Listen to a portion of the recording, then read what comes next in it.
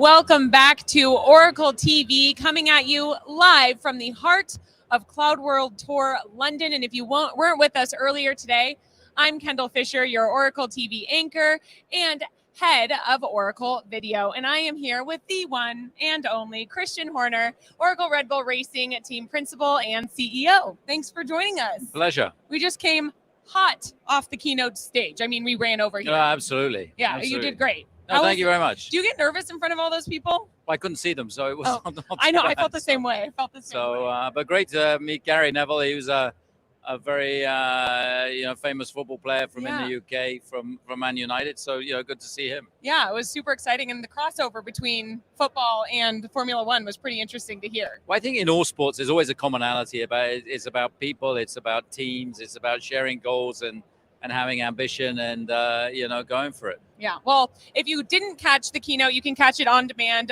We'll provide a link in the comments to that where you can watch Gary and Christian chat on the keynote stage. And speaking of the keynote, earlier today, our CEO, Safra Katz, talked about the Oracle Playbook, a big part of which focuses on operational excellence. Yeah. What does operational excellence mean to you in Oracle Red Bull Racing? Winning. That's what it's all about. So for us, operational excellence is winning Grand Prix, is winning World Championships, and that it's crucial across all. It means all aspects of your operation have been working at an optimum level to achieve a victory like that. So I can relate to what she's talking about. Yeah. What role does technology then? She spoke to obviously business leaders. Yeah. What role does technology play in Oracle Red Bull Racing's operational excellence? Yeah, well, it plays a crucial role because without that technology, we can't perform at our optimum. And of course, the way that data and the way that we use data works in Formula One these days, we rely on it. Right. It's our lifeblood. So it's we wouldn't be able to survive without it.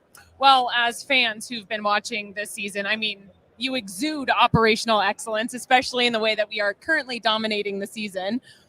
But that is a lot of pressure, right? Yeah. I mean, how do you go about, standing up to that pressure? How do you help the drivers under that pressure when everyone is really gunning for you? I think you're in it together, and you stick together, you support each other, and you trust in each other, and that's a crucial element. Of course, there's pressure in sport, in business, in all forms of life, and it's a question of how do you rise to that pressure, how you deal with the pressure, how you cope with it. Right. Do you have any tips on dealing with that for anybody who's tuning in right now that is feeling the pressure of, for example, the current state of the economy and the current pressures in supply chain? I think always visualize, what you want to achieve. Yeah. And I think, for me, that's always been a very powerful thing. Because I think if you believe in something and you can see it and you can visualize it, then you take others on that journey. And everything I've visualized in my life, I've always achieved. Yeah, I love that. And you hear that a lot. Random, but I once interviewed Shaquille O'Neal, and he said manifesting was a huge part of his success in his career across the board in basketball and in business. No, absolutely. So I think that's absolutely. I met him at a Grand Prix. He was in Austin a couple of years ago. And did you? I've never felt so small in my entire life. Yeah, he is. I mean, he literally hit his head on the ceiling when he I was the size of his little finger, basically. That's too funny. Yeah, he's. I've never met anybody that tall in my life either. But as I mentioned earlier, again, everybody's gunning for Oracle Red Bull Racing right now. Yeah. How do you prepare? I mean, they're looking for you to make any type of mistake, right? Yeah. So how do you prepare to ensure that inevitably you're going to make a mistake or you're going to hit an obstacle to overcome that and still continue dominating this season? I think the most important thing is not to panic. Just keep doing the basics well. Keep focusing on the basics. Keep focusing on each Grand Prix, one race at a time, and not put too much pressure on yourself. Right.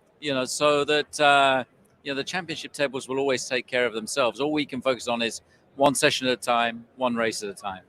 Okay, I'm going to throw you for a loop then with that. Because yes, I hear you saying focus on one race, one session at a time. And yet you are currently planning for the 2023 season and the 2026 engine. Yeah. So how do you keep being present? How do you keep preparing for the exact race that you're on, but also look ahead and plan for everything that's to come? I think you end up spinning different plates. So that the 23 project that's what it's all about. The team that are focused on 26, that is their goal. That is their target. And I think that, There's still 2.5 years to go, or just over. Sounds a lot, but it's nothing in engine terms. So we got a huge amount to do, and we're in just as big a race for 26 as we are in the middle of for 2023. Right. How do you deal with the challenges that come with, like you said, kind of balancing all those plates? Well, I think again, you've just got to break it down, and you just got to focus on things that you can control, not the things you can't, and focus on just doing the basics well. Right. And then, okay, so another thing you brought up actually on the keynote stage earlier was really getting your team and the organization behind these decisions that you're making, behind everything you're doing right for this season, 2023, the engine. You're talented at that. It's clear. I mean, the way that you've managed this team, the amount of wins, we're going to hit our hat trick this year. I know. I hope so.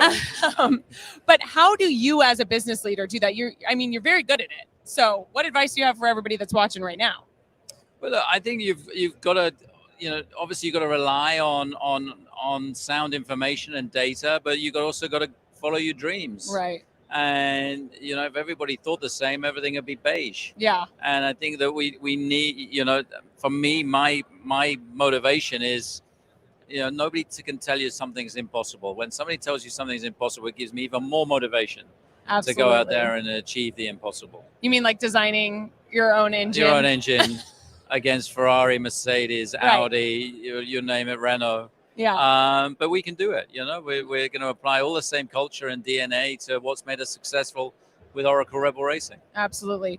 How are you using Oracle technology to help you in designing the 2026 engine? Well, we're using, obviously, cloud technology a huge amount because it's just enabled us as a startup to get going very, very quickly and run a lot of simulations, in the cloud that we just simply wouldn't have been able to do. So it's really sped up the process and enabled us to win a lot of time.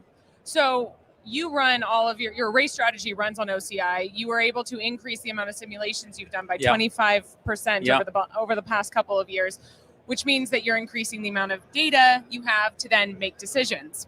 Interesting fact that we actually brought up earlier on our broadcast which is our new survey is called Decision Dilemma. Yeah. And what it shows is actually the amount of data that we have access to is prohibiting us from making decisions. But my co-anchor made the joke that you guys are clearly not in that spot. You're using the data and you're making great decisions. What advice do you have for, founders, business leaders that are struggling with the amount of data they have to make choices? I think, data, you can manipulate data to give you the answer that you want. I think you just got to look at it honestly and you got to trust your instincts as well. And the data will tell you what the risk is and what the potential reward is, but the decision you have to make. Right. The data will only support it or not, accordingly. Can you give us an example of when you've used data to make a risky or a difficult decision? Well, we use it every weekend in our race strategy. So when do you pit? If a safety car comes out, do you stop? Do you not? How do you split your cars? How do you take on your opponents? So we're using it literally every day in the applications that we do. Yeah. And what about an example from like the past couple of years that maybe our fans who are tuning in right now would remember, like, oh, that was a difficult decision you made that turned out well? Yeah, absolutely. Well, probably one that springs to mind, I mentioned it earlier in the address we did earlier, was French Grand Prix 2021. Max Verstappen against two Mercedes cars. Right. He's in the lead. It looks like Mercedes are on a 2-stop. Our simulations are telling us the 3-stop is quicker for our car. But it means giving up the lead. Right. And it means that Max would have to pass the two Mercedes to make it win. We had confidence in our driver. We had confidence in our tools. And so we took the risk. Wow. And he won the race. So it worked out. With a driver like Max Verstappen, it's a risky choice to make. However, your gut and just knowing Max and what he's capable of, I mean, it makes sense. Makes total sense. No, absolutely. When you got a driver like Max, then you can afford to make those decisions, knowing that, and with Checo, knowing that they will deliver. Right, exactly. It's got to feel good too, having two people that trust you and you trust so much. Yeah, it's phenomenally important for the team, and I think the way that Checo's driving as well has been fantastic. The last 12 months, he's got stronger and stronger, and to have him and Max delivering for us as a team is hugely important. Killing it. Well, I can't believe it, but our time here is almost up. I can't end this though without asking, what do you see for the rest of the season? Where's the season going? Well, look, it's still a long way to go, Yeah. and we've won the first 3, which is the best start we've ever had. But things change, and they change quickly in this business. So we're not taking anything for granted. We're still pushing. We're still focused. We're still wanting to keep our head down and crack on with the rest of this championship. And then the championship tables will take care of themselves. Absolutely, and we look forward, dare I say it, to another Oracle Red Bull Racing win. So, well, I hope so. Yes. Well, thank you so Fingers much, crossed. Christian, for being here with us. Thank you. And we will be back here in just a moment with KPN and Deloitte to talk about their journey with Oracle. But in the interim, we are going to, of course, take a look back at the 2022 championship season with Oracle Red Bull Racing. Let's go ahead and roll it. To defend his title in the fashion that he has is a quite remarkable performance. It's been a big improvement on the strategy side. We're running up to 4 billion simulations even before the race weekend. And using that cloud technology is playing a key role in the winning of this year's World Championship. We are world champions. Thank you so much. These championships are for you.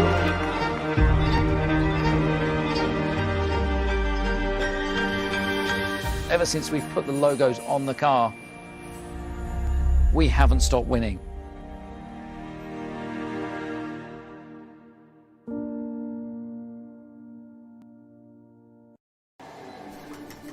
Cada interacción y cada servicio que hacemos a ese cliente tiene una historia detrás de cómo fue hecho.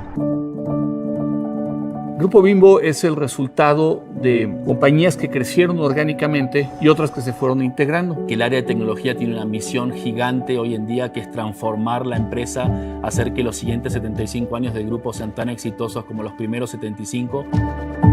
Ahora nos damos cuenta que como un Grupo Bimbo, el traer un sistema de gestión en la nube, un ERP en la nube, nos hace de manera deseada ser un poco más disciplinados, más ordenados, y eso tiene como resultado un mucho mayor poder en el impacto que tenemos a nivel global.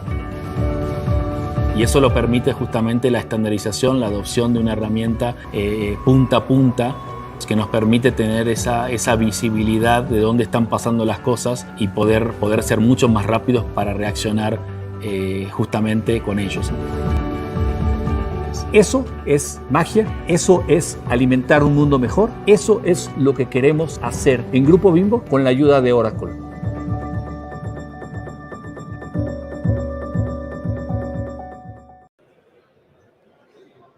All right, we are back, and I am here with Tatiana Sumina. She is the transformational leader and director of the Bridge program at KPN. And I have Melissa Razak. She is Deloitte's Oracle EMEA leader and partner. And thank you both so much for joining us today. We're going to have a great little conversation. Why don't we start out, Tatiana, by talking a little bit about what KPN does for those who don't know. Yes, KPN is actually a leader in the telco market in Netherlands. We are number one player, biggest network. We serve more than 5 million of customers. We do more than 5 billion of revenues, and we have 12,000 employees. Great. Well, that sounds like something I should be using when I go to For sure, no doubt, recommend it. And you know, what is? I mean, just to dive in just a tiny bit deeper. You know, what has allowed KPN to be such a leader in that market? Yes, so we are playing hard with technology. So they are actually in the core of our business. We deliver it to our customers. We are delivering best digital products out of the globe to customers to use them in a daily life. And we also want to be digital inside. So technology is embedded in our life and in our business model. Well, speaking of that, what are some of the key business drivers that began your organization's journey to the cloud? It's dynamic changes which are happening globally. Now change is becoming a permanent factor in our businesses all across. We really need to be ready for the future. We need to be simple, digital, standard, cloud-based, efficient, and ready to serve a variety of needs of our customers in the future.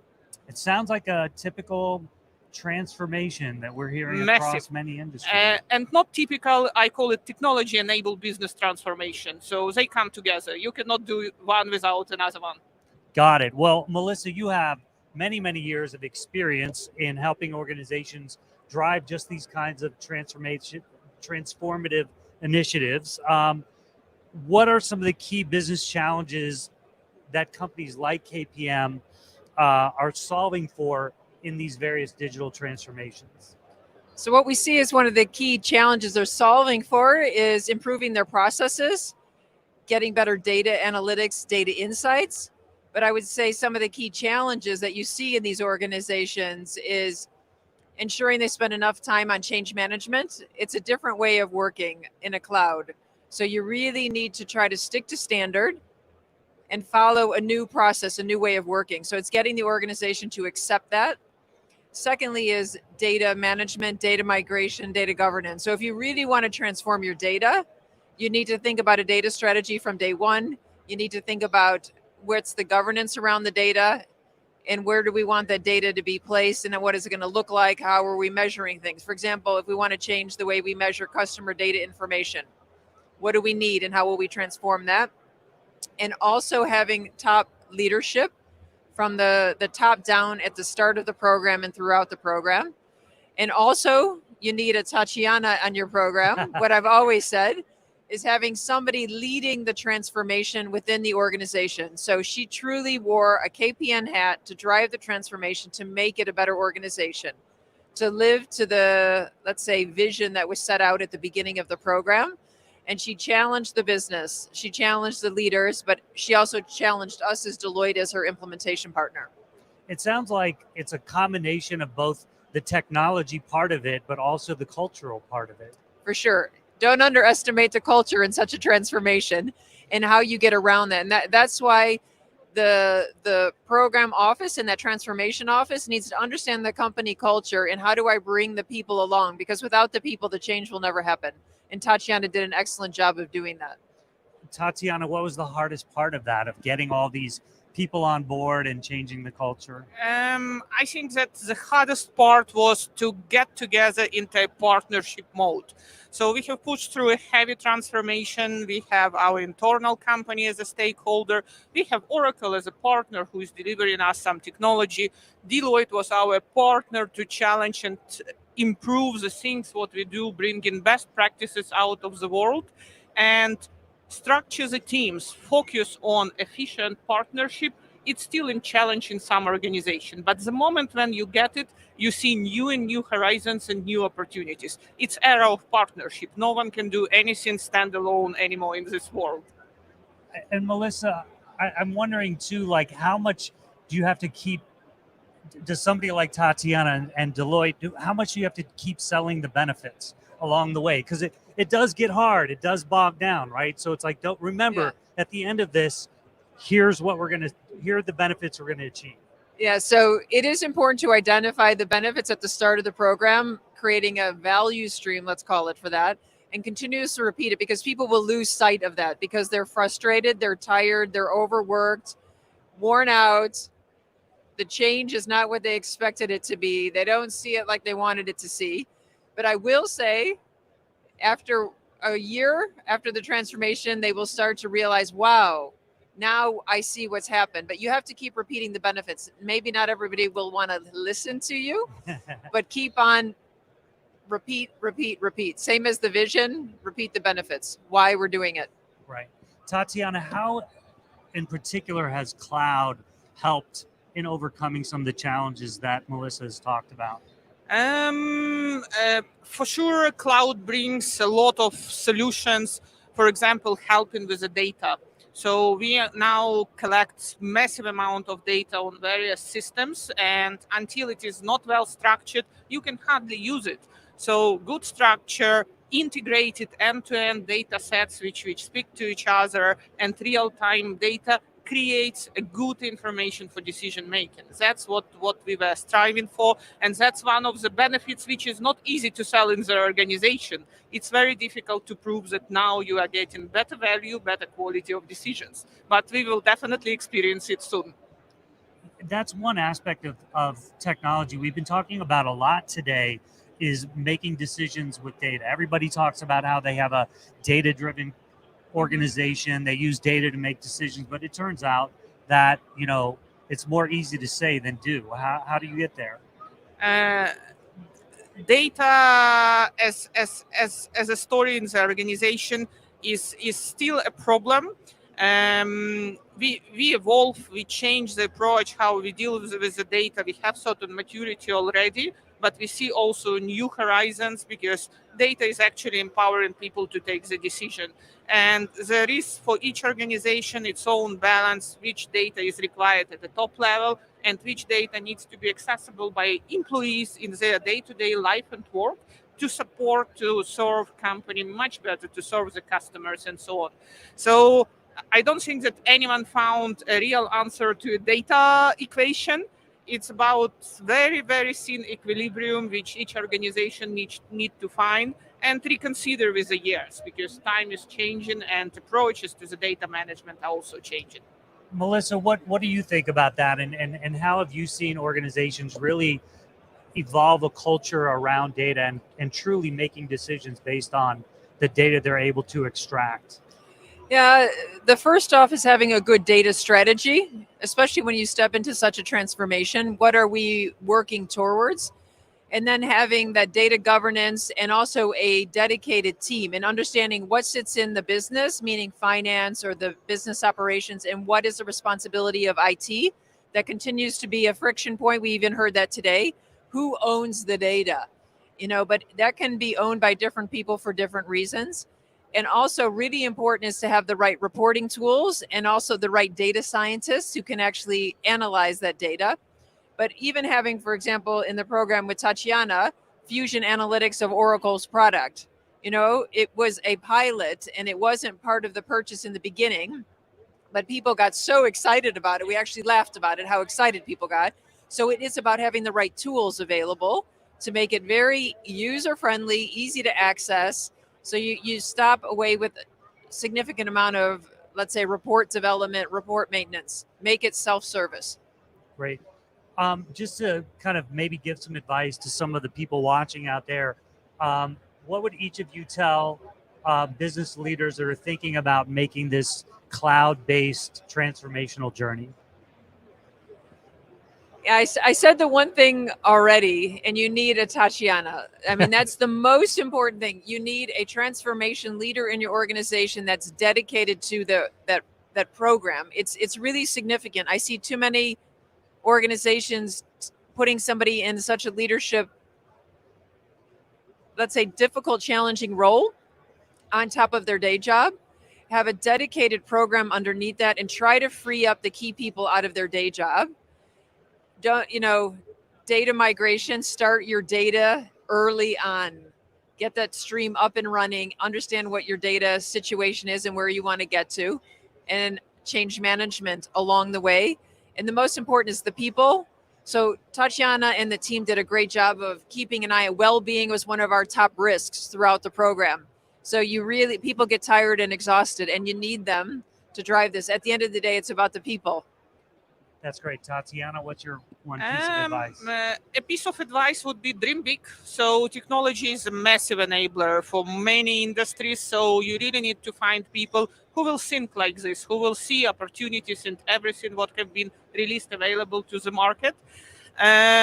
Grow teams which are transformation people, which are dynamic, which are not taking status quo, which are ready to explore and bring new things and evolve your business together with the new opportunities on the market. Great.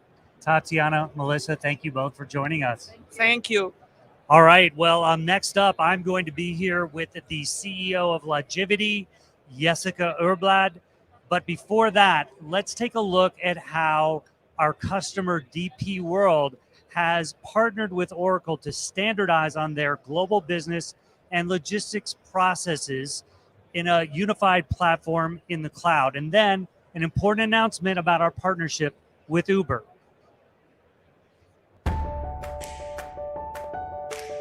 The whole objective is to bring value to the customer. DP World is a rapidly growing company.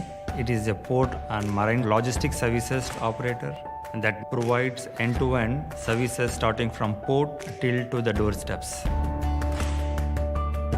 We have seen tremendous growth in our businesses, around 50% of the volume increase using the Oracle Transportation Management solution.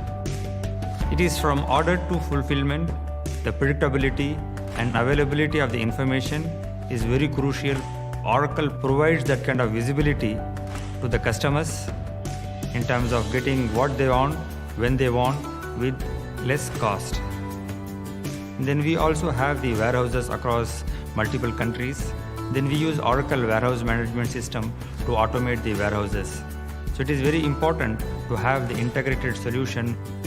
Having the GTM solution with combination of the transportation solution will help the customers to find the total cost of shipping from point A to point B, because it has all the documentation requirements, it has the government constraints and regulations. It can also give you the landed cost, not only within the country, but also from different geographies from various countries. What Oracle Fusion does is beautifully brings all the disparate data silos into one single platform. Your imagination is the only constraint to use the system. So it is a win-win solution for both customers as well as for DP World.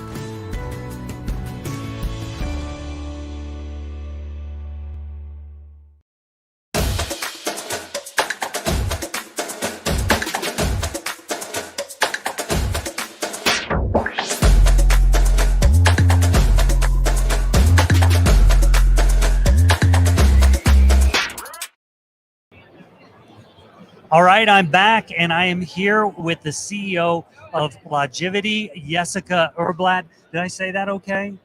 That was perfectly. Thank you. Okay, all right. I've been practicing all day, probably messing it up too. But well, thank you for joining us. It's been a great day. You started the day with the opening keynote with Safra. How was that? I did. I was super nervous, I must say, before, but I think that you don't think so? No. Great. It was super fun. Yes. And I really enjoyed it. And it was a great audience, I must say. And you've been, I mean, we're towards the end of our day here in London, but you've been meeting with lots of people. Any interesting learnings, sharing of ideas with some of the other people in attendance? I had a lot of very interesting meetings, both kind of one-to-one meetings, as well as very interesting learnings in the interactions. I think the variety of topic has been great from my point of view. I think that everything from when it comes to Oracle's kind of future plans to more kind of fundamental questions in terms of how do you set up data management, data governance, and the importance of that. I think it's fundamental for a lot of us, but it's good to kind of push it anyhow, because it's also something that a lot of companies need, right? Oh, for sure, for sure. We're hearing that a lot up here as well. I want to kind of start at a 30,000 foot level. Maybe talk to our audience a little bit about what Volvo Group is before we get into Logivity. Okay, let's do that. And obviously, Volvo Group is not to be mistaken by Volvo Cars. So basically, what Volvo Group is doing is that we are providing heavy equipment in terms of trucks, construction equipment, buses. We have Penta engines towards customers globally. Yes, and it's a very, very big business. And we're going to talk a little bit about the Logivity part of it. This is a new initiative. Can you tell us a little bit about it? So basically what we have done is that we see that, I mean, in our sustainability journey, we're doing a lot within the Volvo Group when it comes to developing our products in terms of new technology, electric solutions. We're investing in hydrogen. Sure. But we also see that that transformation takes quite a lot of time, given that our vehicles are running on the roads for 10 years or more. So we see that we need to do more, and we need to do it quicker. And from that perspective, we have identified one area of potential, and that we see is the transport market and the transport industry utilization, which is far too low from what is good from a sustainability perspective today. From basically a finding that we do have is that of all trucks worldwide, the utilization grade is probably around like 50%. Oh, wow. 50%. And that is a great area of improvement that can be identified from that perspective, right? And there we see that there are some industry constraints that is preventing all the actors in that market to increase that. And that is, I mean, it all comes back to collaboration, I would say. And the constraints that are there is kind of the lack of a digital standard, is a lot of intermediaries. And also there's a lot of manual and inefficient administration.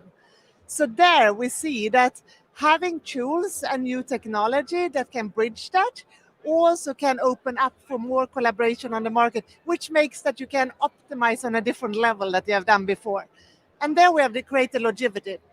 And Logivity is basically a digital network and a digital ecosystem where we are opening up for stakeholders in the transport industry to share data in a different sense with each other.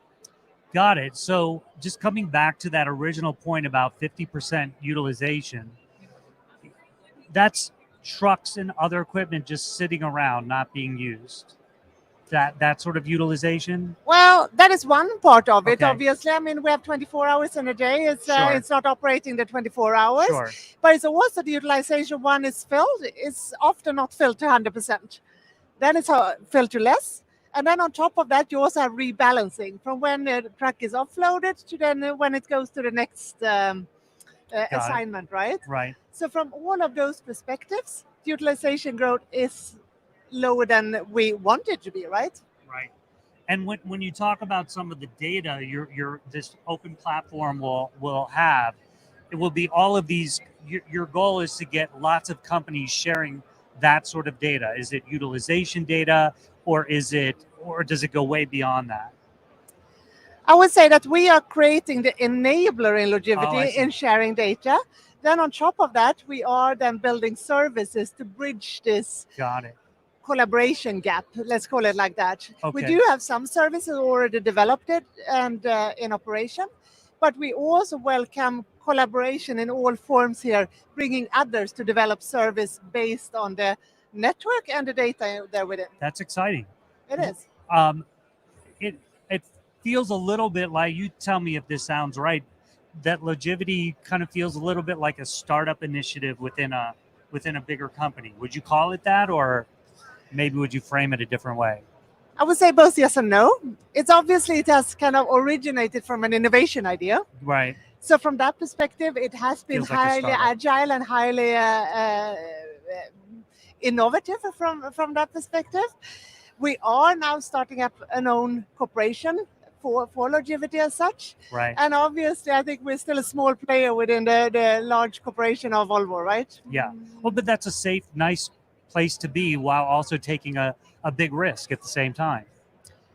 Definitely. And obviously, I think that Volvo has also taken the decision that we want to not only develop our core product and transform that part of our business, but also grow much more into services from that perspective. And this is one of the initiatives that is impacting and driving that journey onwards, right?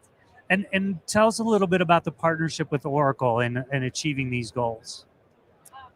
Well, I think that the collaboration that we had with Oracle has been vital in this perspective. I think that bringing the business knowledge that we do have from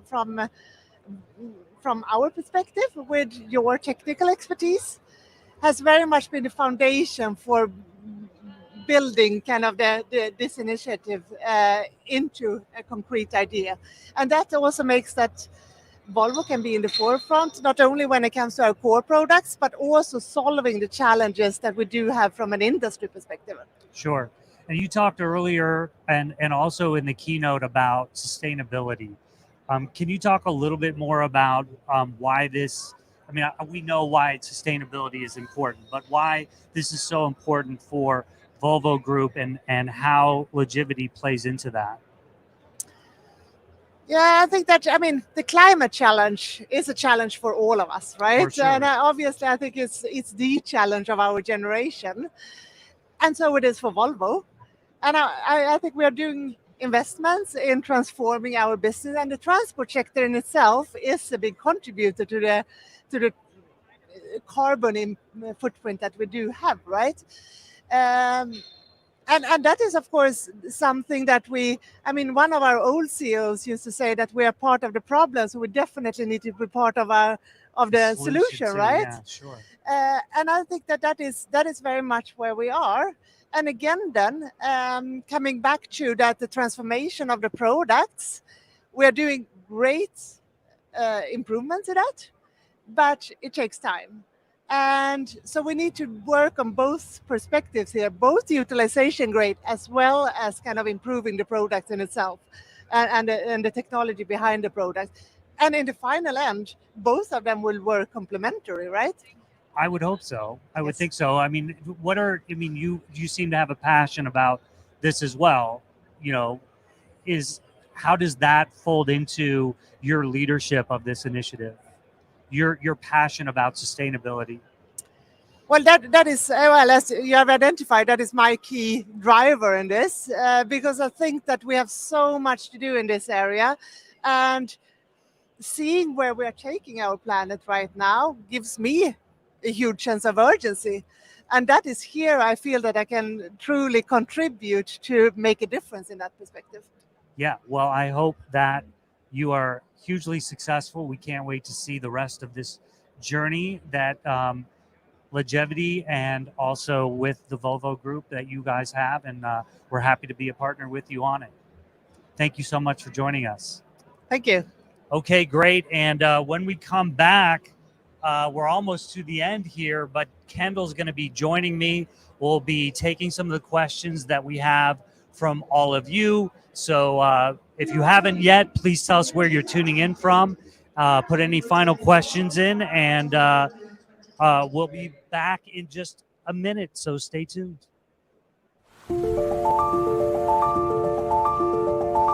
I want our hotels to be the best hotels in the world. I want our customers to have the best experiences. Having the ability to have real-time data analysis and gathering real-time information is critical to making sure we deliver amazing personalized experiences to our customers. Not only identifying what's best for them with the use of data, but also making a frictionless experience when they arrive to our hotels. So before our call, we have really isolated hotels with PMSs configured in different ways. So it was very difficult to actually compare data from different properties. And now with Opera Cloud, and thanks to the Oracle Hospitality Integration Platform, we are mainly cloud-based with open architectures. What this means is that you can access all the functionalities, all the data that is in your PMS. So you can put together different pieces of technology and automate processes that usually are very complex for the staff to perform. So they have more time to deliver an amazing experience face-to-face with the customer. And at the same time, you can connect data from different points of contact of the customer. This means that we have, across all our properties, all the information about previous stays and preferences.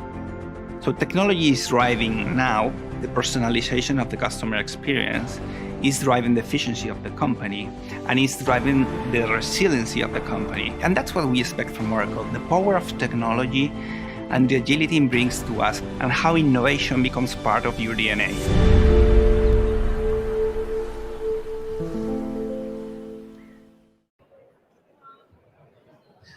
Well, now I want to go on a vacation.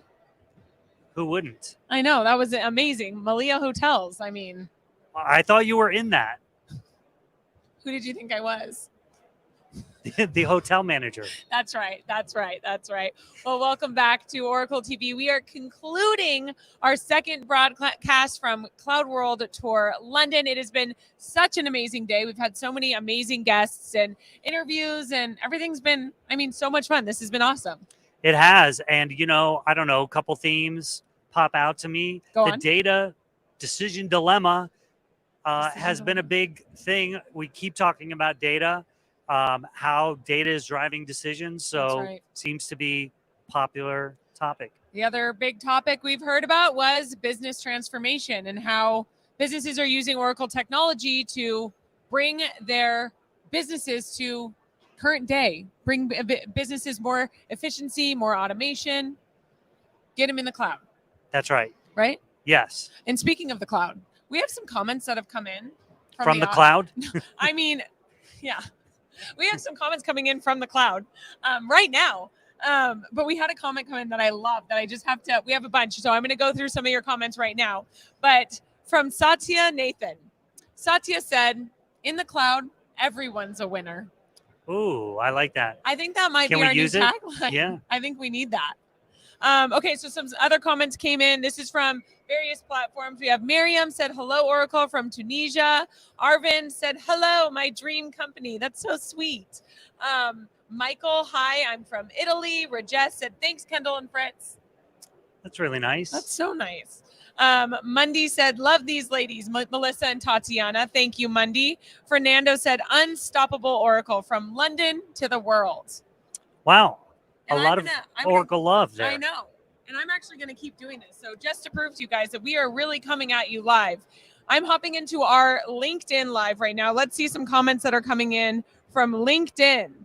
All right. We have Jorge says, hola, Oracle from Panama. Hi, Jorge. Valeri says hello from Bayern, Bamberg. I don't know. You're always good at I usually pronunciations. know the places. We have Aman says Oracle with a heart. Thank you, Aman.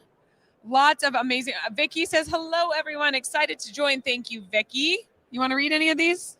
Can you read them? Do you need glasses? Yeah, I need glasses. Seema, hi from India. Oracle team, please update the issue. So maybe we're running a minute behind. I don't know. We were running behind because we were running behind. We literally ran right from the keynote. Christian came directly from the keynote to this broadcast. As did you. I did, but Christian's more important. Yes. Arsen says hello from Ukraine. Hi, Arsen. Mohan says hi from Jordan. Yes, another Tunisia. A lot of Tunisians today. Romania. Yeah. It's our producer Tony's Kiss from Romania. Yes. Joy from Manchester. Daniel from Chile. Oh my gosh, so many great ones. I mean, we could go on and on and on. Bonjour. I'm not going to try to read the rest of that, but I'm trying to see where they're from. I don't see. A hi, Oracle from Rohan. Yep. All right. We have Michael from Italy. Tien gave us a thumbs up. Thank you. Thank you. You know, there are also people were asking us if there were jobs at Oracle, and I have an opening for a co-anchor. So rude. You do not. I have an opening after this. I'm going to push you off the stage. Well, anyway, like we said, it has been such a great day. I can't believe it's already coming to a close. But I think there's more where that came from, right? Yeah, well, I want to make sure everybody knows that we will be in Las Vegas for the CloudWorld event, the annual big customer event that, what was it, in October last year, right? This year it's in September. Yeah, September 18th through the 21st. That's right. And registration is open now. So I think you should go ahead and register. But if you need a little incentive, we've got a little video that we put together to give you a little incentive, pump up the volume on this, and show you how much fun it can be. Let's check it out.